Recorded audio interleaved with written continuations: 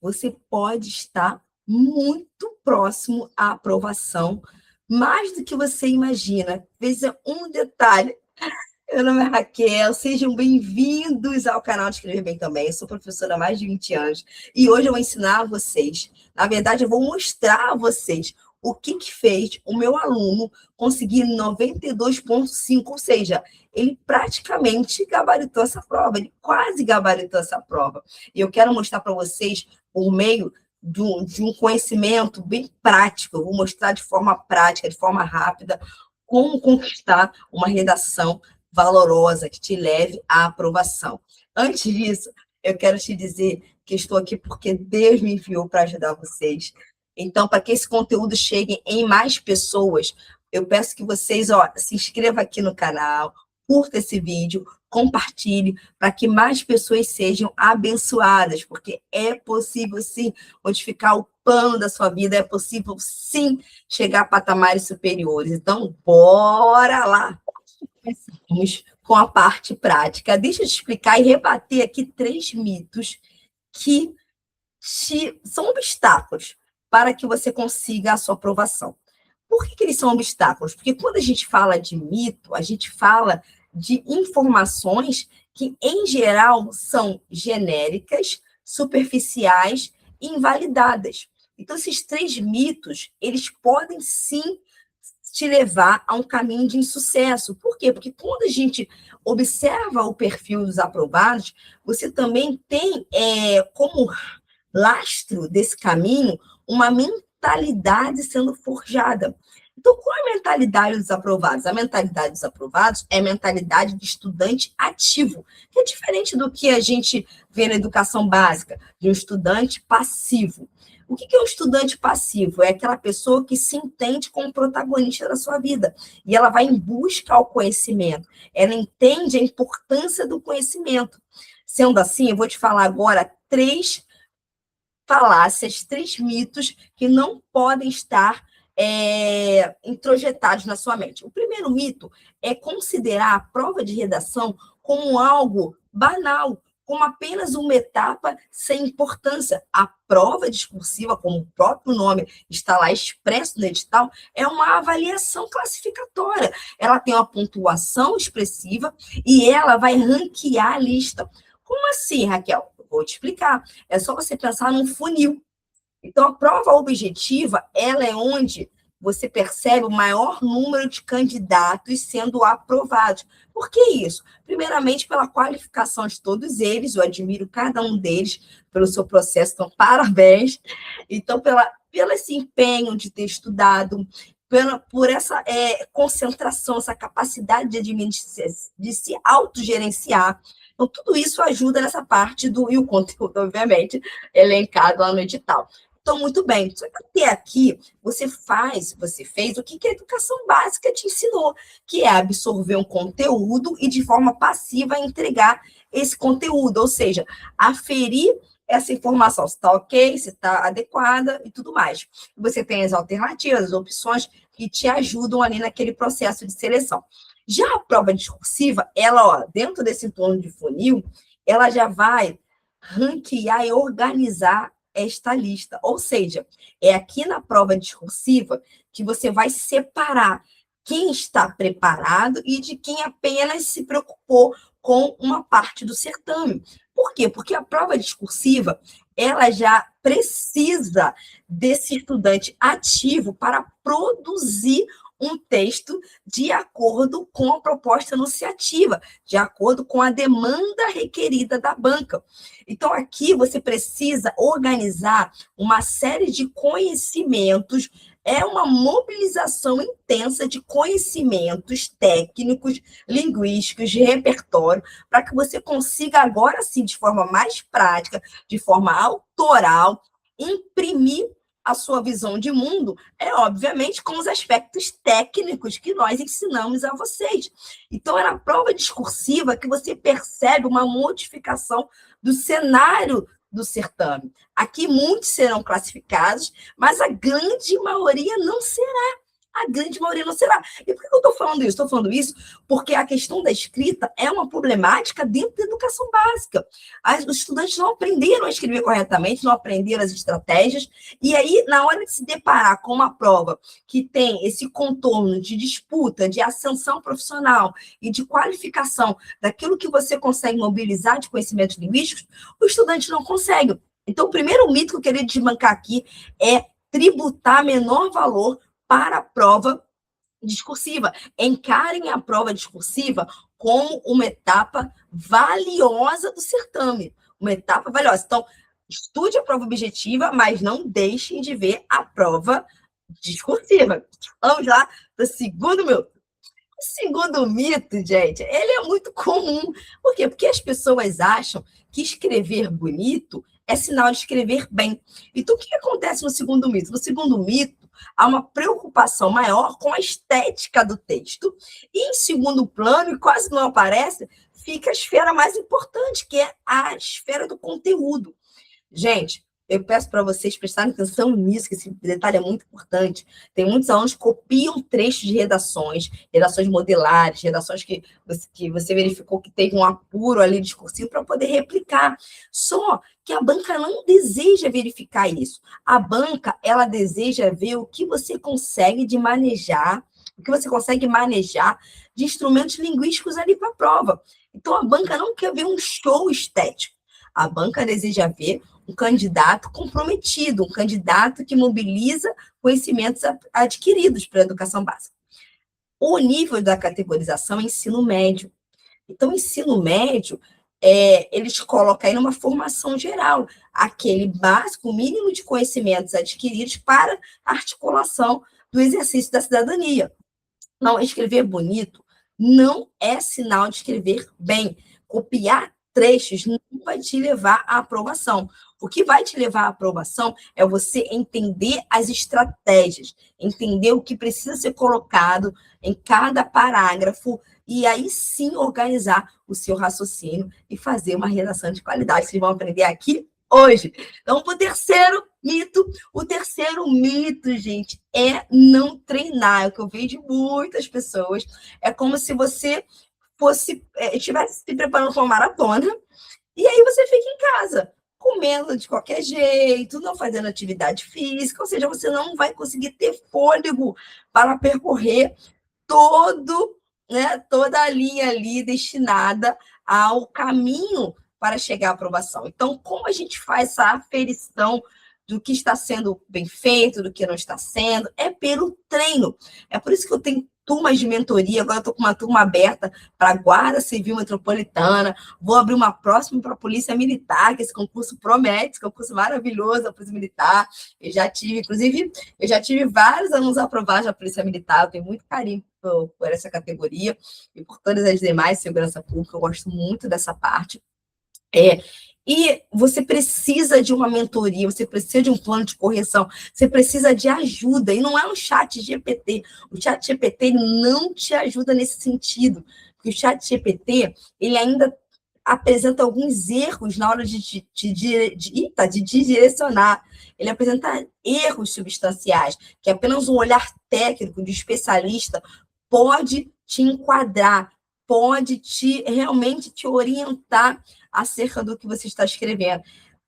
Isso é tão importante de que muitos alunos não conseguem aprovação porque não fazem o treino correto, não colocam o seu texto para o especialista ler, não está inserido num programa de mentoria, de acompanhamento e, consequentemente, não consegue a aprovação. O que os precisam entender é que escrever bem não é um dom, gente, não é um dom. Escrever bem é técnica, e técnica que precisa ser difundida. Difundida para quê? Para que muitas e muitas pessoas consigam transitar pela beleza da vida e conquistar novos degraus, novos patamares, para que consigam fazer coisas cada vez maiores, porque essa é a vontade de Deus na sua vida, para que você siga e persiga em direção ao alvo, em direção a um objetivo maior. A mobilidade é vida. O sedentarismo, a paralisação, o refreio não é o ideal para a sua vida. Vamos agora começar. Vamos agora para a introdução. Vamos analisar a introdução de Fábio. A nossa introdução, quando eu apresento na mentoria a introdução ela é tripartida, ela tem 3 elementos prioritários, que são, vamos lá, tópico frasal, que é a paráfrase do tema, é você retomar o tema, dizendo o seguinte para a banca: olha, eu entendi qual é o assunto que será dimensionado. A segunda questão é a contextualização, trazer o que acontece na realidade, como esse tema se materializa na realidade. Você traz essa noção para dentro do texto. E o terceiro período são as prévias das linhas argumentativas. O que o Fábio fez aqui? O Fábio condensou, ele juntou a paráfrase do tema com a contextualização. O ideal seria separar. Eu vou mostrar depois esse exemplo para vocês de uma introdução modelo. Ele juntou. Outro aspecto que eu vi aqui que ele fez, ele não colocou as linhas argumentativas explícitas aqui. Depois, ao longo do texto, por que a banca não invalidou? Porque ao longo do texto, ele separa direitinho. Ele fala de um desenvolvimento 1, ele fala sobre um obstáculo e depois ele fala sobre o outro obstáculo, porque o tema era os obstáculos para conter os golpes financeiros virtuais no Brasil. Então, o candidato tinha que apresentar 2 obstáculos, pelo menos, que seriam discutidos aqui nos parágrafos de desenvolvimento. Então, o Fábio, o que ele fez? Ele fez isso certinho, só que ele não anunciou na redação. Isso daí é um erro muito comum dos candidatos, é fugir ao esqueleto. Então, a primeira coisa que vocês precisam perceber é treinar o esqueleto. 3 períodos organizados, 3 ideias, e retomando, paráfrase do tema, contextualização e prévia das linhas argumentativas. Olha, vamos lá ver aqui. Muito se tem discutido acerca dos golpes financeiros virtuais no Brasil, pois, aqui ele já explica aqui, direto, ó, pois essa conduta criminosa traz danos irreparáveis para a população. Aqui caberiam 2 períodos bem organizados. Então, o que o Fábio fez? Condensou tudo. Diante disso, é aqui nesse momento final, é que serão as linhas das prévias argumentativas. Ó. Diante disso, busca-se analisar, sobretudo, os obstáculos que as autoridades enfrentam para combater esse tema. Aqui ele bota de forma genérica os obstáculos, mas é nesse momento que ele tem que colocar quais são os obstáculos, quais seriam os obstáculos de forma bem contundente. Vamos lá que eu vou mostrar para vocês aqui como seria uma redação modelo segundo o meu método. Vamos agora analisar o padrão da redação nota 10. Então, olha, os crimes virtuais configuram-se como um dos principais desafios contemporâneos no campo da segurança pública no Brasil. Aqui é o tópico frasal. Eu peguei o tema, eu internalizei o tema e parafraseei. Eu escrevi a mesma coisa. Então, ó, obstáculos à contenção de golpes financeiros no Brasil. Então, aqui eu valido o tema. Eu digo que o tema ele é importante, sim. Então, valido o tema, transmutando com outras palavras para a minha primeira frase. Então, os golpes financeiros configuram-se como um dos principais desafios, ó, não tem obstáculos, aqui eu boto, principais desafios contemporâneos no campo da segurança pública no Brasil. Aqui tem que colocar no Brasil, porque o próprio título já demarca o local, Brasil, tá bom? E agora, gente, pontuei aqui, vou para o próximo período. O próximo período é a contextualização, é explicar como isso acontece na realidade. Então, esse cenário é intensificado pelo avanço das tecnologias digitais. Óbvio, as pessoas estão utilizando a internet de forma ampla. As pessoas estão fazendo operações comuns e de forma intensificada. Então, é isso que eu coloco. Esse cenário é intensificado pelo avanço das tecnologias digitais, que ampliam tanto as possibilidades de interação quanto as vulnerabilidades exploradas por agentes criminosos. Agora, eu coloco a prévia das linhas argumentativas. Ó. À luz desse cenário, na mentoria, eu sempre coloco os ganchos para os alunos entenderem. Então, agora aqui eu faço a transposição para a apresentação das prévias. O que eu vou defender, o que eu vou abordar. Então, à luz desse cenário, evidencia-se que a baixa educação digital da população.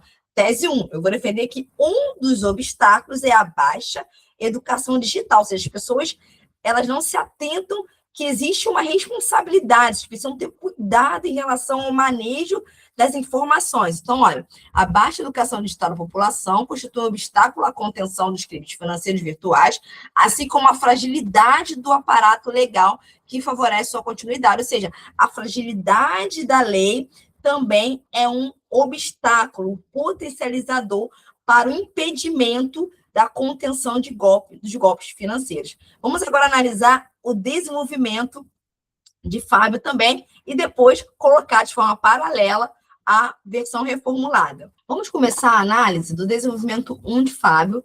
O que ele poderia ter maximizado para poder tirar quais são os pontos de fragilidade e o que ele poderia ter feito para conquistar a nota máxima aqui. Então, primeiro de tudo, ele colocou logo de início, perdão, ele colocou logo no início do parágrafo.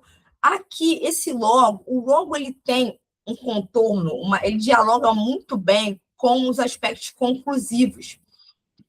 Sendo assim, eu não colocaria o logo neste primeiro momento inicial aqui do parágrafo, eu colocaria depois, tá? Colocaria de início ou primeiramente. Eu também não gosto de trabalhar com elementos enumerativos para começar, com conectivos enumerativos. Mas não tem importância, não é invalidado, acho que ajuda muito o aluno, eu acho que situa o aluno para a organização, acho que, né, traz uma sensação de controle. Então, de início, ou inicialmente, ou em primeiro lugar. Aqui, eu tiraria esse logo, cortaria aqui, começaria de início, aí ele vai. É importante ressaltar que, com o advento da era digital, muitas pessoas realizam operações e armazenam suas informações pessoais em seus dispositivos. Deveria estar aqui assim, né? Aqui, ele começa falando sobre ele contextualiza, ele não começa o tópico frasal explicando qual é a primeira linha argumentativa, ele contextualiza. Mas o que ele faz que a banca considera? Ele sustenta a argumentação dele, porque ele coloca, por exemplo, ao logar no aplicativo do banco, o indivíduo coloca a sua senha e até mesmo a sua facial. É nesse cenário que os criminosos mais se aproveitam, porquanto eles conseguem usar programas maliciosos para capturar essas informações. Ou seja, aqui ele fala que as pessoas desconhecem essas estratégias do mal, né, de aquisição dos conteúdos das pessoas, de informações bancárias, tudo mais. Se bem que hoje em dia nós temos muitos recursos de segurança mais validados. Mas o que o Fábio tenta defender é isso, que o acesso à tecnologia é muito grande, e isso a gente vai organizar melhor essa ideia dele, que é muito legal, e que existe um crime por detrás disso tudo que as pessoas não conhecem, essa desinformação sobre o perigo. É isso que ele quis dizer, a banca entendeu perfeitamente. Além disso, os hackers, ele coloca aqui, conseguem camuflar o seu IP, tá vendo?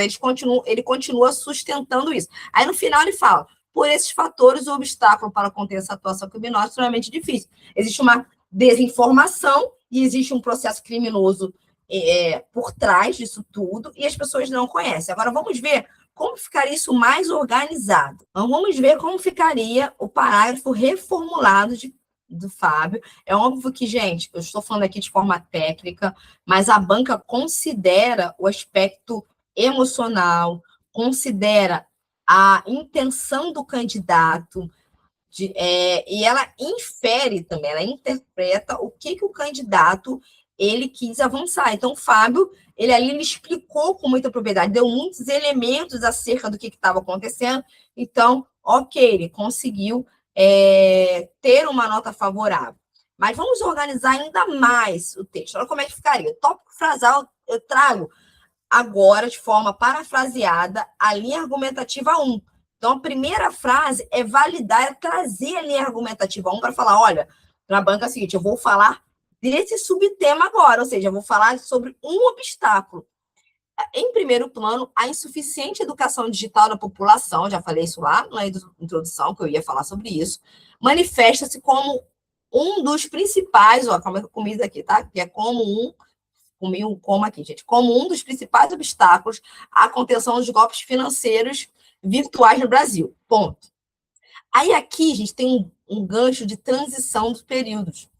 E aqui no desenvolvimento 2, vocês podem perceber que o Fábio mingua um pouquinho esse parágrafo. Ele perde a força.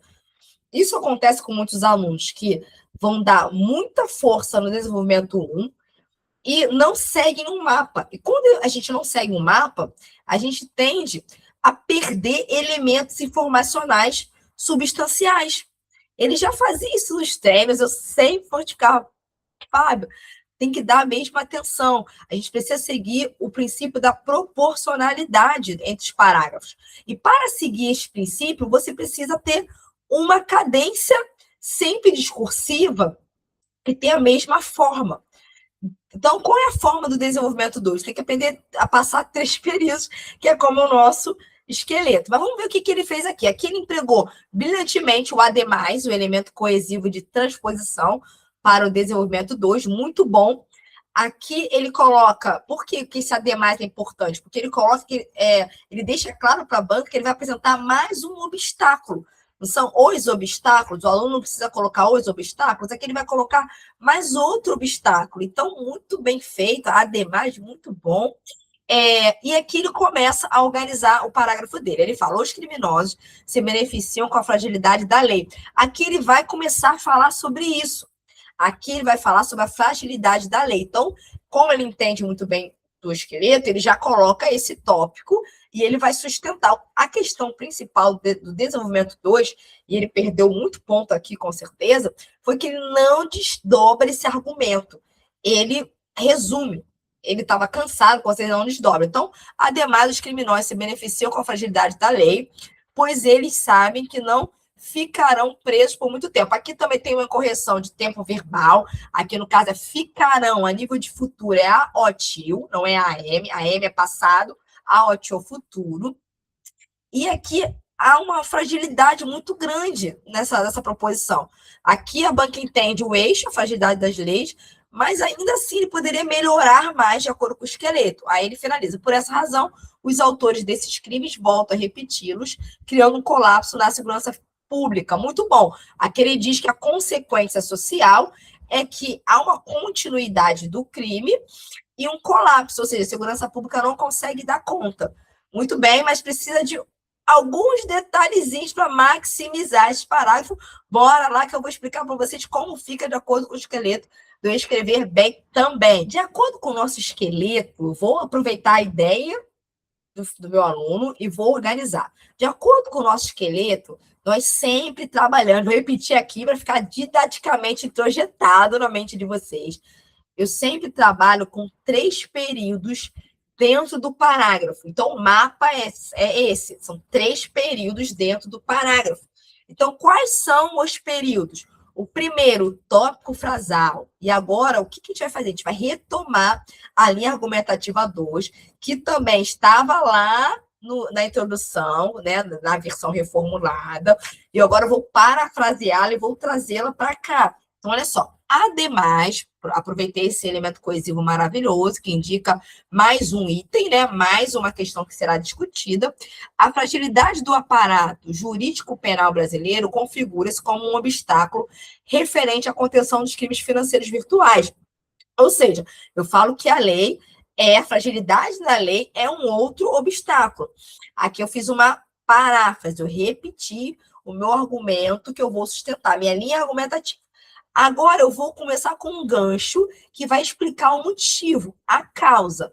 Então, isso decorre do anonimato no ambiente digital. Então, eu vou defender que o motivo da fragilidade da lei decorre do fato das pessoas não serem facilmente identificadas. Aí eu coloco que permite que os indivíduos se ocultem por trás de perfis falsos, dificultando a identificação dos responsáveis e a atuação das autoridades competentes. Olha como eu escrevi melhor, eu consegui dar mais elementos sólidos. Nessa parte aqui da justificativa da causa, como isso ocorre na sociedade, por que isso ocorre na sociedade, eu preciso dar elementos reais. Então, por que é difícil encontrar? Porque os bandidos, né? Que são bandidos, né? Os criminosos, eles fazem algo que é muito comum, que é ficar o quê? Escondidos diante de perfis falsos. Isso é muito comum hoje, infelizmente. E agora, como consequência, o período posterior, como consequência, o que acontece na sociedade como decorrência disso. O que vai acontecer? O que impacto social vai gerar isso? Ó? Como consequência, observa-se não apenas a recorrência dessas práticas ilícitas. Eu não vou enumerar duas coisas. Não apenas isso também vai acontecer, mas também a ampliação do número de vítimas. Ou seja, aqui eu digo que a consequência social desse ato nocivo, desse ocultamento e essa dificuldade das leis em conseguir realmente proteger o cidadão, vem do quê? Resulta em que? Da recorrência de práticas, ou seja, a continuidade de práticas, e outra, do aumento do número, fortalecimento do número de pessoas que estão envolvidas nisso. São muitas, a dimensão é muito grande, porque o ambiente virtual, ele rompe com barreiras geográficas.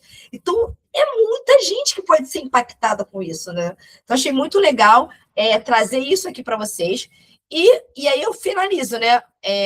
O fortalecimento da sensação que reforça, né? O fortalecimento da sensação de impunidade e o agravamento da insegurança no ambiente digital.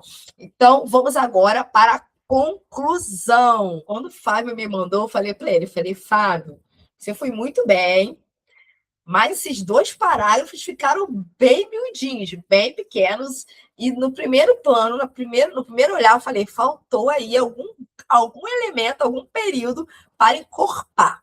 Então, vamos ver o que ele usou de estratégia aqui.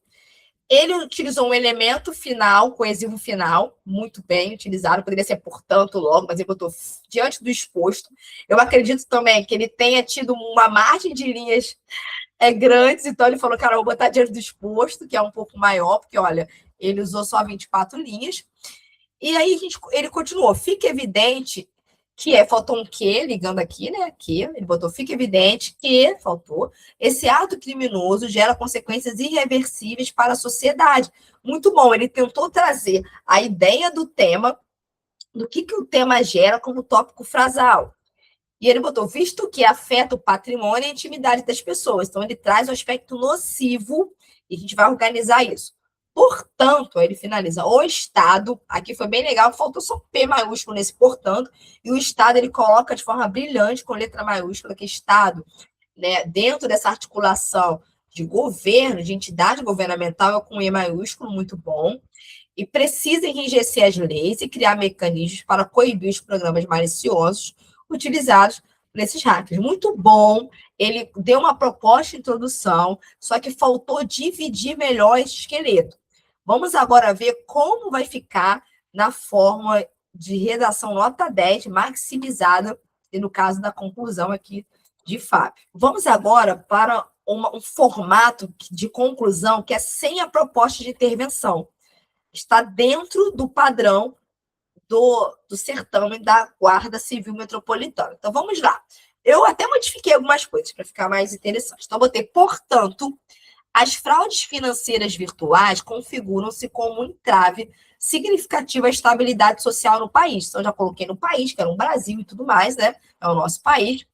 Tal conjuntura decorre da limitar a formação dos indivíduos para lidar com o ambiente tecnológico, o que amplia sua exposição a práticas ilícitas, bem como das insuficiências do sistema jurídico penal, que comprometem a efetiva responsabilização dos envolvidos. O que eu fiz aqui, gente? Coloquei o primeiro período, trouxe o tema de forma parafraseada, que são as fraudes financeiras virtuais, que são muito importantes, a gente precisa ter um olhar para esse assunto. Depois do próximo período, eu faço uma síntese das linhas argumentativas que eu defendi. Então, tal conjuntura decorre e eu trago que é a formação dos indivíduos para lidar com o ambiente tecnológico e depois eu coloco as suficiências das leis, do sistema jurídico penal. E, por fim, eu vou colocar o quê? Eu vou colocar aqui, ao contrário daquela anterior, que eu faço uma proposta de intervenção, que foi a do Fábio, né, a redação do concurso do Fábio, em que ele poderia colocar aqui na UNESP, eu não preciso, então eu posso finalizar fazendo uma reflexão sobre a consequência desse tema para a sociedade. Então, eu faço uma reflexão.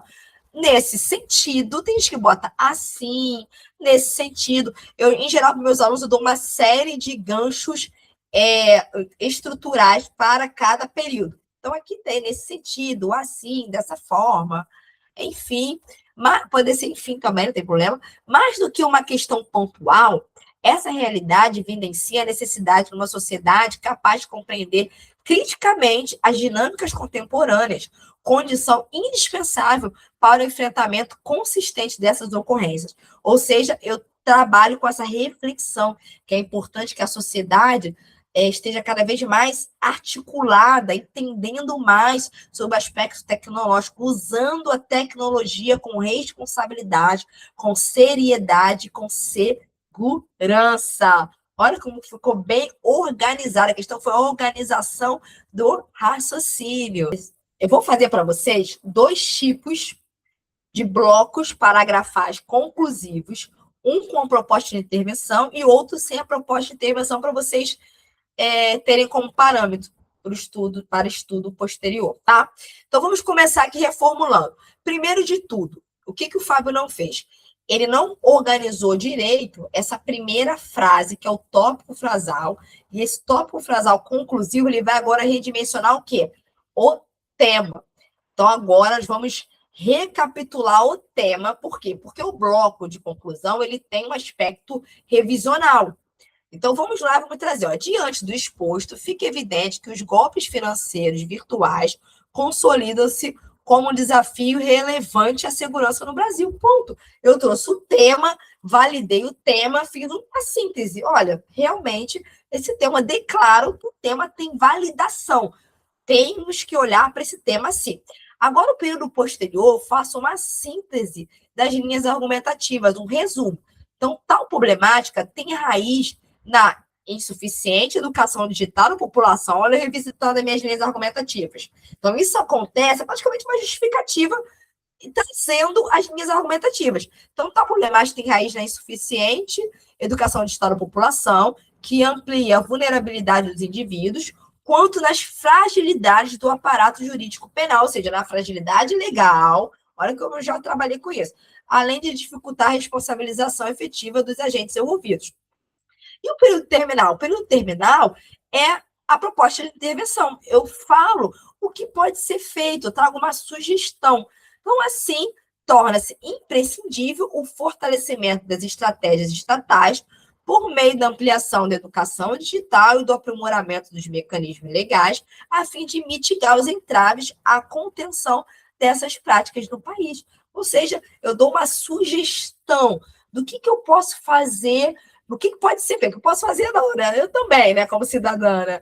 Mas o que pode ser feito para que haja um controle, para que esses obstáculos não sejam tão fortes, a fim de evitar uma melhora no quadro. Vamos agora para um modelo de proposta que vai cair, que na verdade tem mais, que vai cair, tem mais contorno do edital da Guarda Civil Metropolitana, da redação VUNESP, que a banca é a VUNESP, para vocês terem noção. A FGV pede uma proposta de intervenção, pede uma reflexão autoral, então ela é bem caprichada nesse aspecto. A VUNESP pede uma conclusão no modelo mais simples possível, que é apresentar o tópico frasal, a síntese das teses de revisão e apresentar uma reflexão final. Ou seja, você não precisa apresentar uma proposta de conclusão.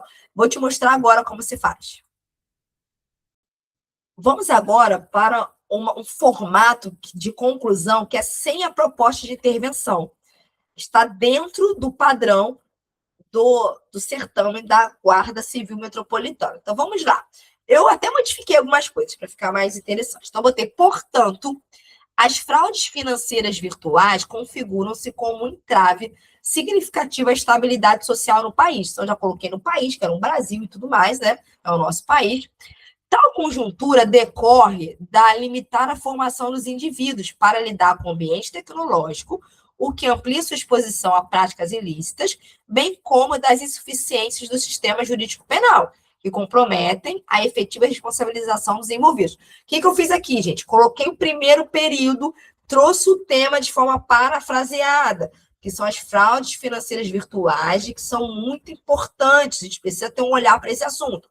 Depois do próximo período, eu faço uma síntese das linhas argumentativas que eu defendi. Então, tal conjuntura decorre e eu trago, que é a formação dos indivíduos para lidar com o ambiente tecnológico, e depois eu coloco as suficiências das leis, do sistema jurídico penal. E, por fim, eu vou colocar o quê? Eu vou colocar aqui, ao contrário daquela anterior, que eu faço uma proposta de intervenção, que foi a do Fábio, né, a redação do concurso do Fábio, em que ele poderia colocar, aqui na UNESP eu não preciso, então eu posso finalizar fazendo uma reflexão sobre a consequência desse tema para a sociedade. Então, eu faço uma reflexão. Nesse sentido, tem gente que bota assim, nesse sentido. Eu, em geral, para meus alunos, eu dou uma série de ganchos estruturais para cada período. Então, aqui tem nesse sentido, assim, dessa forma, enfim, mas, pode ser enfim também, não tem problema. Mais do que uma questão pontual, essa realidade evidencia a necessidade de uma sociedade capaz de compreender criticamente as dinâmicas contemporâneas, condição indispensável para o enfrentamento consistente dessas ocorrências. Ou seja, eu trabalho com essa reflexão, que é importante que a sociedade esteja cada vez mais articulada, entendendo mais sobre o aspecto tecnológico, usando a tecnologia com responsabilidade, com seriedade, com segurança. Olha como ficou bem organizada. A questão foi a organização do raciocínio. Eu quero terminar esta aula falando da LDB, que é uma lei que rege o sistema educacional brasileiro. E como professora, eu sou muito atenta a essa lei, eu já sorvi essa lei várias vezes e a todo momento eu me debruço frente a essa lei. Por quê? Porque o objetivo é entender cada vez mais como fornecer uma educação de qualidade. E quando a gente fala de redação para concurso, a gente precisa entender que o parecerista, que o aferidor ali, a banca, ela não deseja ver um show acontecendo. Ela deseja, sim, ver um exercício da cidadania, elementos que estão ali expostos como elementos que vão favorecer, que vão formar uma educação integral do indivíduo. Isso significa dizer que a educação ela tem mais cunho libertário do que cunho memorístico, um cunho de decoreba. Você precisa adquirir e conceber a ferramenta educacional como um artefato de fato. Até ficou, mas é mesmo um artefato, um objeto subjetivo, no caso, um objeto imaterial, mas que ninguém tira de você, que vai fazer com que você galgue patamares superiores, que vai fazer com que você se destaque da multidão. E a redação conversa muito com isso, conversa com entender sobre a organização do pensar, conversa sobre o hábito da leitura, conversa sobre estratégias discursivas, dialoga também com a ajuda do especialista, do caminhar em conjunto. É por isso que os alunos que participam de um processo mais individualizado, mais exclusivo, de turmas, de mentoria, que voltam para a sala de aula digital, mas que voltam com outra maturidade, não com aquela da educação básica, mas com adultos comprometidos, com protagonistas, eles realmente conseguem alavancar e conseguem sim se destacar. É um certame tão valioso, tão primoroso, que conversa sobre o exercício da segurança pública, que é um setor muito, muito, que eu sou apaixonada por os agentes que servem à sociedade. Se você gostou deste conteúdo, clique aqui, comente. Eu quero saber se você gostou, se você aprendeu, o que você gostaria de ver nesse canal. Se inscreva no canal também para saber e ficar sempre atento às novidades. Eu prometo me empenhar nessa correria de professor e de fazer mais conteúdos de qualidade para vocês. E que Deus abençoe cada um, que vocês consigam a aprovação. Um beijo.